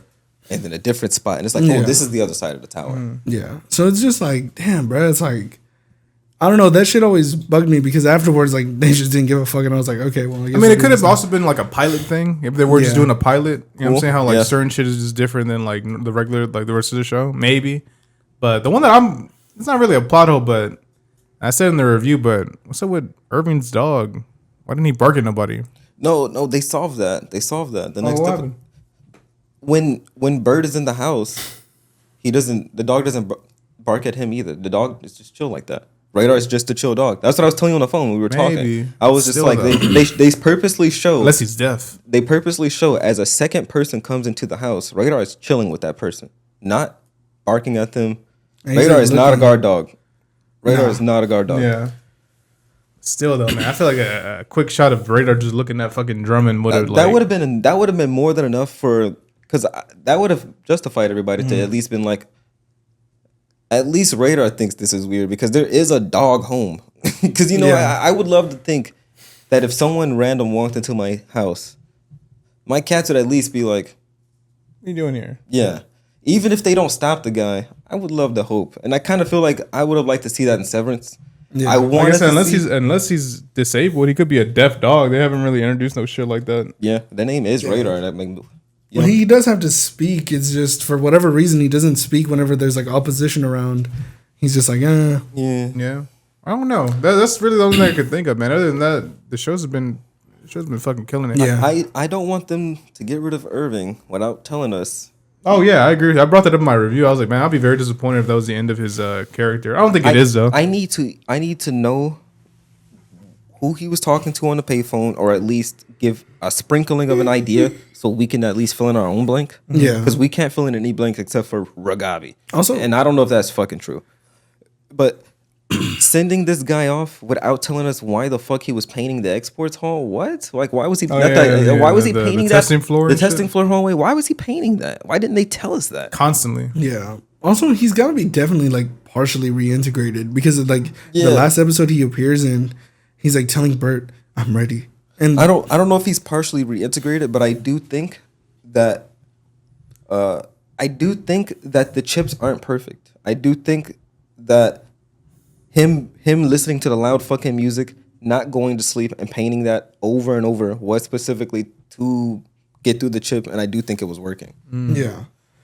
Also, him drinking like coffee constantly. Yeah. In his Audi, just kind of like, or his Indy, But also, go to sleep. It like disabling it disabling the chip would make some sense, but at the same time, wouldn't that? I wouldn't say it disables the chip. I'm saying the chip's just not catching it all. I mean, like, that's the same reason why bro screams fuck when Gemma doesn't, like, when she does, she's not immediately like, oh, I shouldn't trust this guy. Yeah. There's a person on the mic being like, don't trust that guy. That's not a good guy. Don't do that guy's covered in blood. Yeah. And Gemma's still like, I trust that guy. Does love transcend Severance? Shout out to Dylan. And I do think that's what the show's been telling us. I do think that's what the show's been like hinting at the entire time of like. Also, look at Mark and Helena flirting like nothing. I mean, my boy was spitting game real quick, man. He was talking about being the dad real quick. They were flirting like their chemistry was like Immediate. on point. Yeah, She fucked it up by fucking naming. She shouldn't have fucked up that name. I was like, man, because imagine that version of the show where she swoops in and completely makes him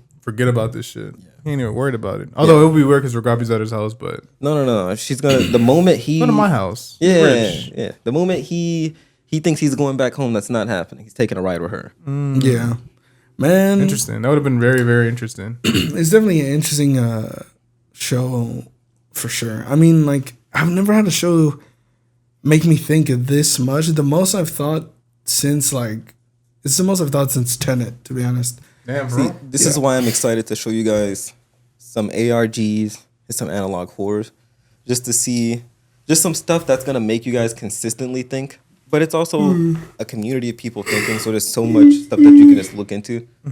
But there's some quality stuff I want to show you guys. Man, Sleepy over here. yeah, no, I'm ready to wrap this up, man. This has been a great experience. We spent a lot of time talking about politics, man. Well, what the fuck? I kind of want to go back to like before we wrap things up. Where does it go from here? What's going on? Like predictions for season 3. Man, What are you thinking?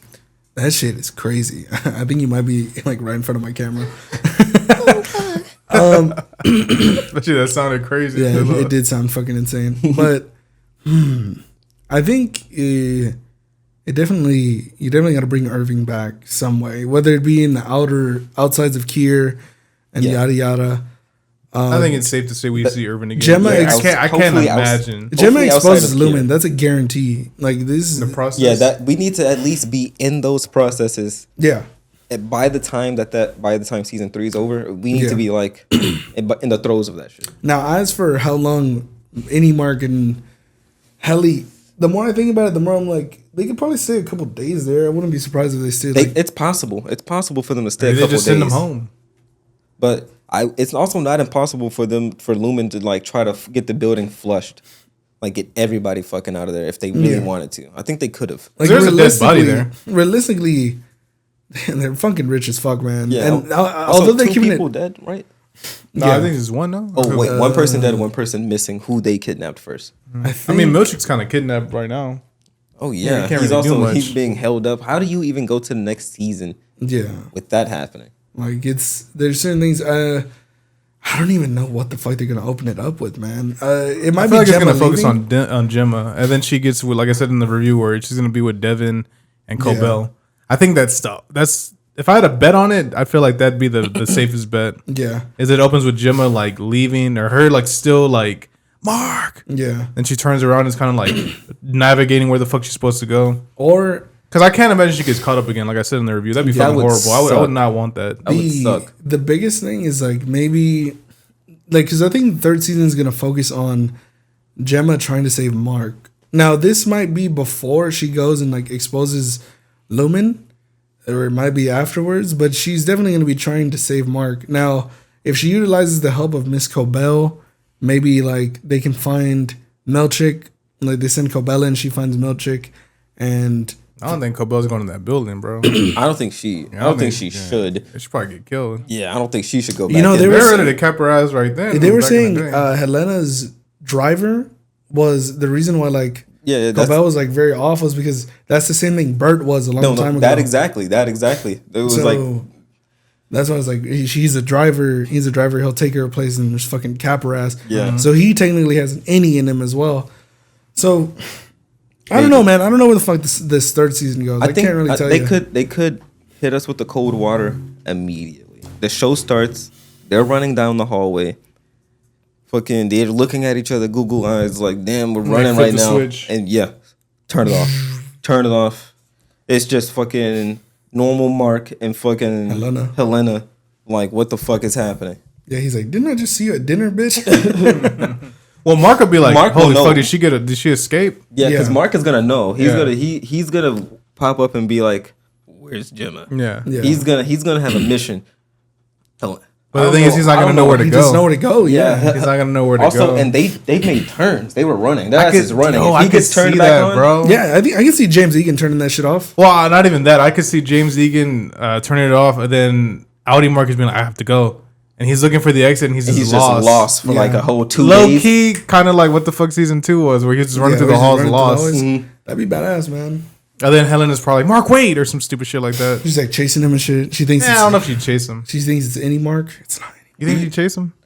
Do you think she knows those hallways? That's the only way she could chase him. She might. She was there for a couple days. She might know the hallways, but something tells me she ain't gonna navigate them. She ain't gonna hit him the way fucking what was. What do you think though? You think did she even know about the goats in, or that was like she just faking the fun? Because she met the goat room when she was Helena. I think I wouldn't be surprised if most of Helena's experiences were given to her, as in like, oh, they were told, like somebody took notes or cameras or microphones, as in like whatever she went through for. Where it's like, she didn't go in there blind, you don't think? Yeah, I don't think she went in there blind. I mean, she was looking at footage. Yeah, so I don't think she could have. She was looking at footage of like their relationship. But also, as soon as she comes out, Mark's there to like guide her to the room. Yeah, whenever she's like technically coming back for season 2. Because she's not. I don't think she's the one doing the guiding at all. No, it's interesting to say. All right, real quick, I'm just gonna reset this shit real quick. You guys keep talking. But yeah, I don't know, man. It's an interesting topic to definitely have. I'm excited for season 3. I guess the one thing the show has done for me consistently is set up bigger questions and then have subtle answers. And sometimes big answers. But I always feel like the answers are slightly more, we could have guessed that. Because again, that's not a bad thing to think the show led us there. But they're slightly more like, than I want them to be. And I don't want that in season 3. Like, I think the one thing that really saved the Cobell episode was finding out she made Severance. I think that was alone, a big reveal. I think that alone. That was a huge reveal, actually. Yeah, that alone she was gave the that creator episode of a whole point for me. Or of the fucking chip. Yeah, there's also a chance that this is gonna sound bad, but there's also a chance that Mark is Cobell's kid, which I don't think is true. I don't think it's true, but I care for you. She keeps insinuating this shit. I'm just like, I just think it's a lifelong project kind of thing. Where I think she's more interested on like how it works with this guy. Yeah, and like the fact she's more concerned about that. I wouldn't want him to be his kid. I don't want it to be that either, but at the same time, it's like because it's not an infatuation. You have to make this pay off in an interesting way. But that's it though. What the fuck? What's the problem with that? That's the payoff because if you watch the show, it's not an infatuation with Mark. It's never been an infatuation with Mark specifically. It's a chip. It's with the chip. It's with his interactions with Gemma. Where the scene where she puts the tree in the room and the candle, and she's like. It's not man. They don't remember. Yeah, it's like they don't remember. And Milchek walks through, and he's like, "That's a good thing." Yeah, and it's just like that's her focus. She's not focused on Mark specifically. Also, I was watching people's reaction to it, but whenever she's doing like the fucking nursery shit with Devin, oh my god, she's asking Devin questions like, "Does he ever say that he sees people? Does he ever?" You know what I'm saying? She's asking these like She's asking her these questions. Yeah, insinuating about Gemma. I know what you're talking about. Not even, or does he ever see her? Or yeah, does he ever see her? That's her. That's her focus on. I don't think there's nothing to do with her and her kid. I honestly thought she wanted to get in Mark's past. Mark is a hands-on experiment that she gets to see of her brainchild, of her. And she gets to take home because she sees him when she's at home because she was his neighbor. She gets to watch it happen. She sets herself up as his neighbor. She gets to see this guy wallow in pity, come across the street, ask him a question. Yeah, you doing better after your wife fucking died, after she mysteriously. You know, it's also insinuated that James Egan like fucked Miss Cobell. What is it? It's insinuated quite a bit that like because she knows about the birthing camps. How the fuck would she know that? Well, but it would just be because James Egan probably wasn't hiding the fact that he was sleeping with women, and since he has a company that can, like, I feel like she'd know about that. She's pretty upset. She's pretty obsessed with Lumen. She's the Severance person. There's a birthing camp that is all running on Severance for severed people. She's there. Like, also she would be there. She would know. There's no shit happening with the power she has in Lumen, or had, once we realize, once she created Severance, that's why she had this entire building to herself. That's why she had that entire floor to herself. She wasn't just like, she did earn herself, but she didn't just like, I was like some random woman who fucking worked my way here. I'm a part of this shit. I knew the Egans. I made this thing. I am over this. She's also apparently smart as fuck. So it's just like, yeah, I'm not surprised. Like, none of these things feel weird to me, but I don't know if they were insinuating that they fucked. I think they're just insinuating, this guy is sleeping with women and they're getting and for some reason they have to be severed. And then like we find out later on, he's just like, I didn't really like Helena very much. I was really trying to get a better heir. I literally started sleeping with other women trying to get a better heir, and like I still have to land on her. But I don't know. What do you think about that though? Why the fuck is Helena not a bastard and Helena is like he claims her? I think she's just the best. She was probably the best. If she was worse, it would have been someone else. And where's her mom at? That's a real question. Yeah, she doesn't remember who her mom is unless Cobell is her mom, but at the same time, it's like the age gap. I don't think would work. Oh, yeah, I don't know. I mean, maybe, but I don't know. I mean, Helena's what, 27? Yeah, they said she was like 27 or some shit like that. It might work because Cobell's only like in her fucking. I feel like she's in like her. I feel like people. I feel like Cobell would have been like, nah. Cobell, what, 27 years? Because she would have had some kind of empathy towards Helly or Helena. Yeah, that would have been. I think they would have hinted at it more. Bro. There's no, I don't think so. I just can't. Plus, she's a redhead. What the fuck? What color was Cobell's? I'm gonna say, what color was Miss Cobell's hair? It was blonde. Yeah, it looks like brownish or blonde. I feel like her hair was probably brown or blonde, but it wouldn't have been. I wouldn't like it, but it wouldn't be bad. They could have been like. What kind of small world is this? Yeah, but again, it's not that small. Knowing that again, Keira Egan took her product from a little girl. Obviously, like these people knew each other. She was fucking. Yeah, but I just feel like Cobell would have said something, bro. Yeah, that's what I'm saying. Yeah, she would have said something, especially towards Helena, or Helly, which is like, it is you when she's gonna fucking drop the bomb at the press conference. You know, isn't it insinuated as well that she has been severed before? Cobell? Yeah, that Cobell's been severed. I don't. Because she has a necklace like with the chip. Unless that's Petey's chip. I was assuming that was a chip that she knew, like of somebody she knew, or was that not the one that she took out of Homeboy's head? Because unless the only other thing I can think of is like she used to be severed, and when James fucked her, that was her innie. Wait, who would have put in her chip? Exactly. Probably Ragabi still, no? Maybe. But when? But that means, what I'm saying, at what age? Because this shit's been around for like more than 20 years. I want to say it's been around since she was what, 14, 13, something like that. So the timeline would make sense if they decided to do that. I wouldn't want that. I feel like that's a little silly. I don't know if we need it, but if we did it, I would want if let's say we give Cobell an innie, that character needs to do something that only Cobell's innie could do. You know what I'm saying? Like, yeah. I don't want them to bring that character in and be like, here's Cobell's innie. I need this character. Like we're talking about all the shots of the show are intentional. This character cannot be like, this is cool, huh? Yeah. No, this character needs to do something. Also, she hasn't turned in any fucking severed thing. Not the severed floor, not the fucking cabin.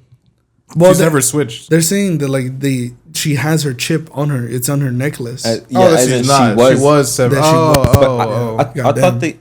That was my mic. That wasn't yours, I think. I'll say I thought they. You can't remove the chip while you're alive. Can you not? I thought you could not remove the chip while you're alive. I think there's also, and I think maybe in the earlier models you could have. I don't know though. Also, it's insinuated that Bert has had 2 different chips as well, so it's like. Well, it wouldn't be 2 different chips. It'd be his chip was refined multiple times. I like how they did with Gemma. Yeah, that makes sense. That's crazy.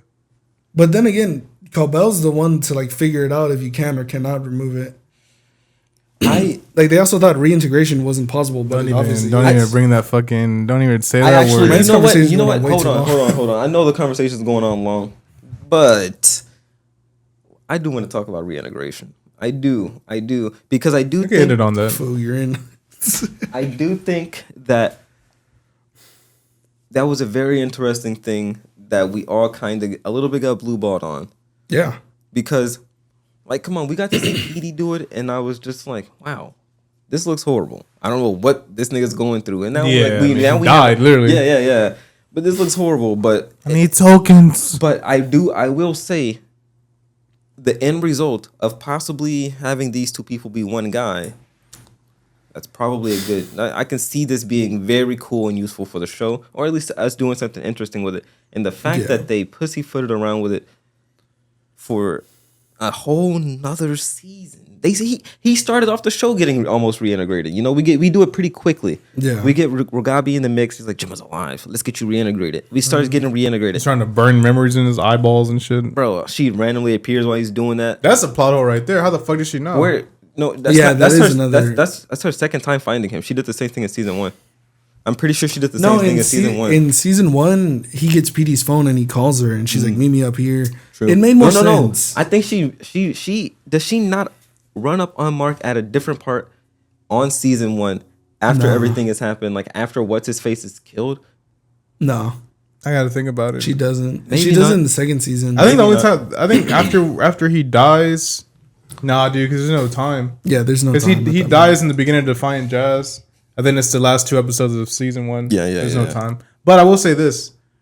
Fuck, dude. I think I lost it. Wait. Was it reintegration? Nah, it was something more of like, Jesus Christ, dude. I can't believe I'm blanking on You had it, man. You fucking had it. Y'all keep talking. I did that earlier. But with the reintegration,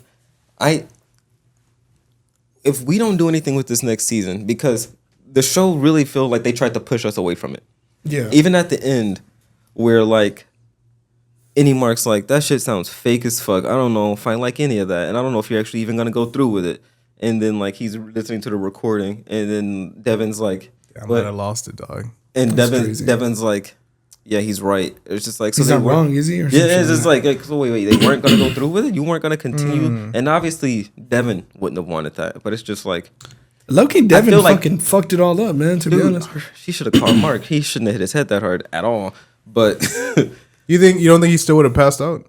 I think he would have passed out. He would have passed out, but maybe Ragabi would have been downstairs. I think when he woke up, he might have been both of them, like officially, but because he hit his head. Yeah, like something could have happened, but it's just like we got bro hitting his head. They're trying to push it to the side.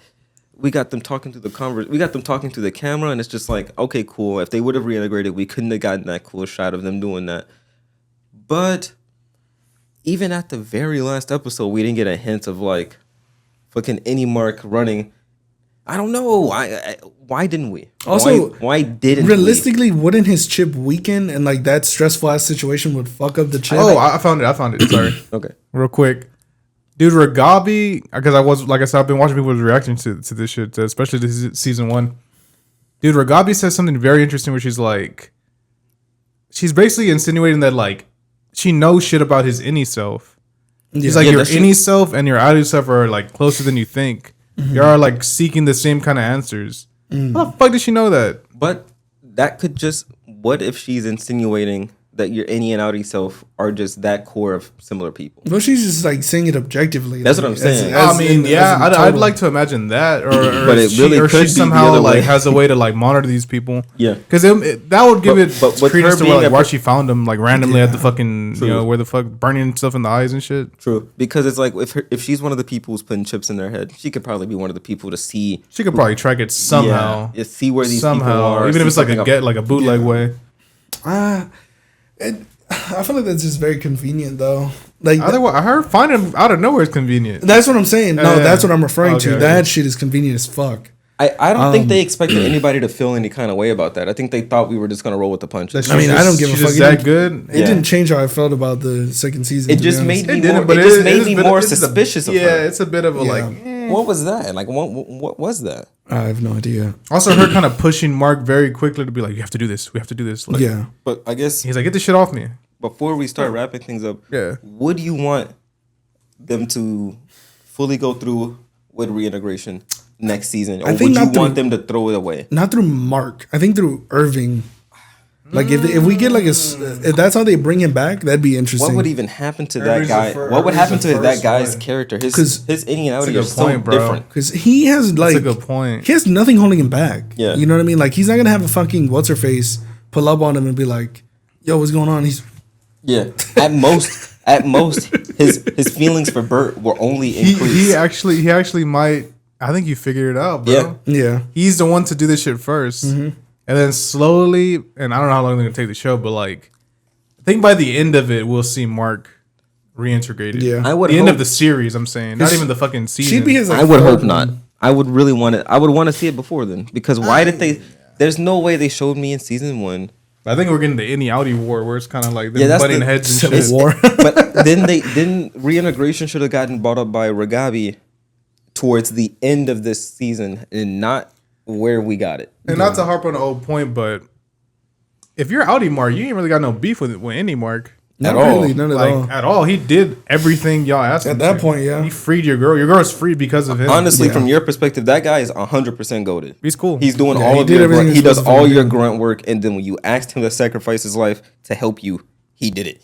So it's just That's like, what I'm saying. Like over the week and a half that I was like thinking about it, I'm like, he might Came not around. he might not even have long to spend with Helly. Yeah. So the more I think about it, the more I'm like, yeah, that makes sense that he would want to like he's gonna stay go there and spend like, time and just chill he's there. not gonna be there for long. Yeah. He's, once he switches back, They're for sure gonna flip. They're gonna switch them like almost immediately. I'd say. so it's like he Yeah, spends the James rest will- of his time with her. Fuck. Just to like organize shit, or Yeah. just to like, I don't know, just to like What if they stop arrest them or Mark some shit. for the death of what's his name? Dude, now I thought about that. That'd be terrible, I thought man. about that. What if they try to make Try to throw the body on them. like I don't know. I don't think so. Like they're attacking. Like they're like, look at this Gemma thing, but they're like, but this guy just killed. We got video of Mark killing this guy in the elevator, bro. He just killed that guy. He just killed that fucking That'd be guy. crazy. I know we as keep fuck. saying this, but like before we leave, was there a car crash? See, that's one of the things. Was there a car Did crash? she do Is this that important? willingly, bro? Is that important? Actually, Because no. she I think seemed it's pretty. She seemed pretty willing in her like regular self. I don't know if it was willing. I think it was like you're the same way as an Audi. You're just there. You're just there. We got many options, Yeah. maybe. I mean, like, cause like, apparently, 'Cause- like look at the way Helly was when she first got there. She didn't like it. She still don't like it. And it's like I wouldn't be surprised if Dylan was the same way, if Mark was the same way. Yeah, they probably all were. but it's Yeah. all like it's also what did they promise her to get her in there? I don't. Child, you know what I I'd mean? imagine. I would imagine it would have been that. It was like we can give you. My a girl better- Haley got a child in there. I already know why she pregnant. Yeah, she's pregnant as fuck. I don't know. She She done could been be fucked but- twice. But we are seeing this baby imagery. That's other shit where I'm like, why did we get that? Why did we He's get like this? orgasming while refining the data. It's like crazy. I think Haley's That was a- pregnant. that I think was a that hard picture. I That was think a hard picture, oh, that's a man. hard picture. I kind of want the commission. But Haley's for sure. I think pregnant, bro. That has to come around in some way. There's a baby. There has to be a baby plot. There's some kind of baby element in this. Unless the babies were just referring to the birthing retreat, and that was it. And that would be shitty. But it's just like, hey, it was just because we had the birthing retreat come back, so we put babies in. I feel like that'll be the thing where like Audi Mark is finally Audi Mark, and he's like, all right, I'm leaving. I'm never coming back. And then like that's the one thing that ties him back to Lumen is the fact that Helly's pregnant or some shit. with his child. What if That would be pretty cool. What if they revert back? They're running down the hall. They flip the switch. He's trying to find Gemma, and then Helena drops the news on him. I'm pregnant. Yeah. I'm pregnant, Mark. Mark's will be like, "What are you talking about?" He's gonna be like, "What they gotta do with me? I don't know. What they gotta do with me, bitch?" Oh my god! He's like, "I didn't fuck you." Yeah, and he hit me from multiple. I'm really positions. craving some milk and a cigarette. Let me go to the corner store real quick. Shit's crazy, bro. I saw the theory of Milk and a cigarette. Goddamn. I saw the theory of Helena being pregnant with twins and having it where, because you know how a person with twins can have their egg fertilized technically by 2 different people if they drop 2 eggs. Oh, that'd be crazy. They're saying like, oh, what if she dropped 2 eggs and one is Any Mark? Oh, the battery died, bro. Yeah. It's all Yeah. good. We'll just go audio. Go audio. but like one would be like one under Helena and one would be like one under.